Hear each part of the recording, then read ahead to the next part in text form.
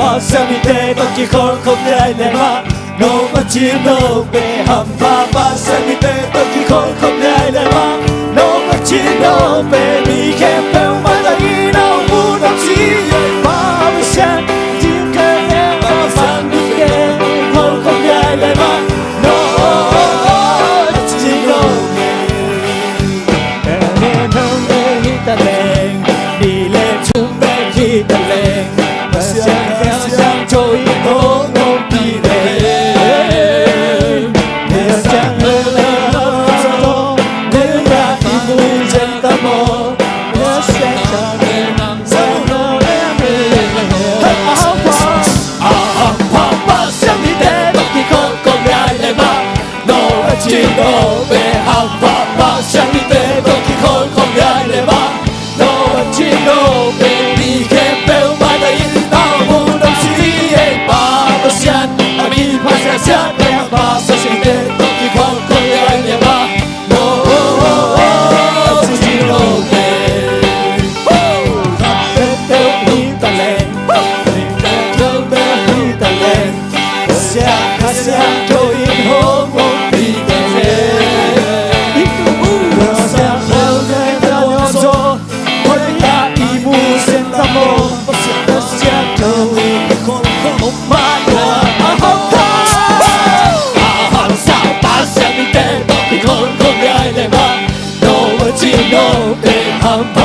Semite toki khol không ai là ba no machino be ni kempel mana inau budak si ba basian ami pajaja jaga ba semite toki khol không ai là ba no dile tumbe hitale dile tumbe hitale dile tumbe hitale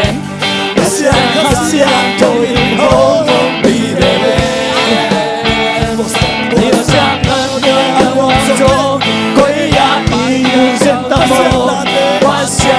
để khi khôn không hát buồn không ta sẽ đi đến ai để mà nó chỉ nó hàng ba sẽ đi đến khi khôn không ai để mà nó chỉ nó về đi kèm theo ai nó chỉ để mà sẽ anh đi phải sẽ ra chẳng là sẽ đi đến khi khôn không ai để mà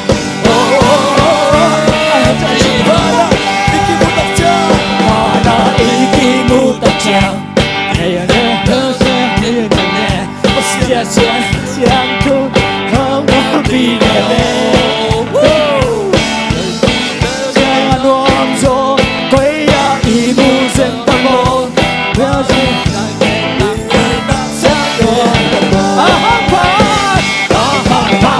sang đi te toki khol không ai để ba no chino hang pa sang đi te toki khol không ai để ba no chino đi kèm theo mà lại đau buồn đau chi ba chân đi tham gia ra thế mà ba chân đi đi không thể để mà chỉ không có xe ba chân đi để có thể không thể để mà đâu có chỉ đâu ba chân đi để có thể không thể để mà đâu có chỉ đâu đi kèm theo mà lại đau buồn đau chi ba chân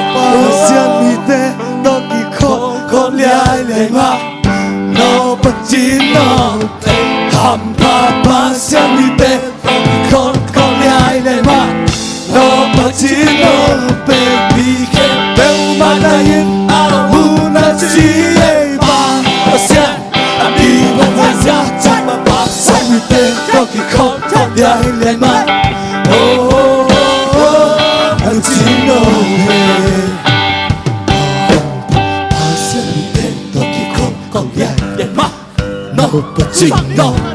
Hamba Basamite Toki Koko Yema No Pacino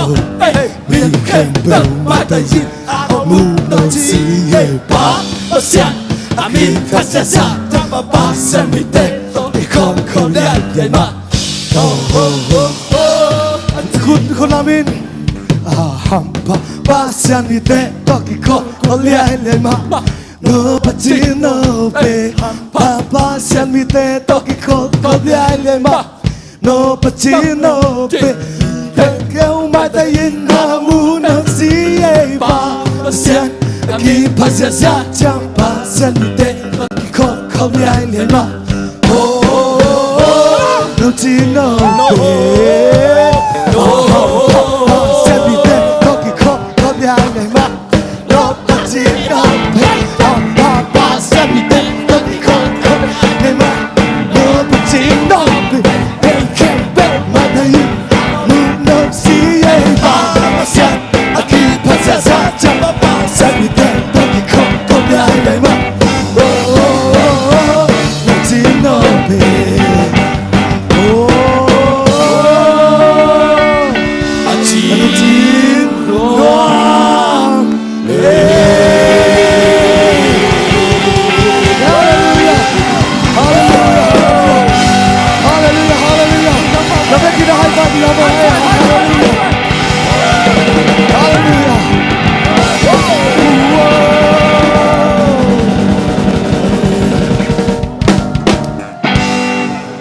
Hai lẽ chúng ta hát đúng năm cổ na khăn để đi mô để na chúng ta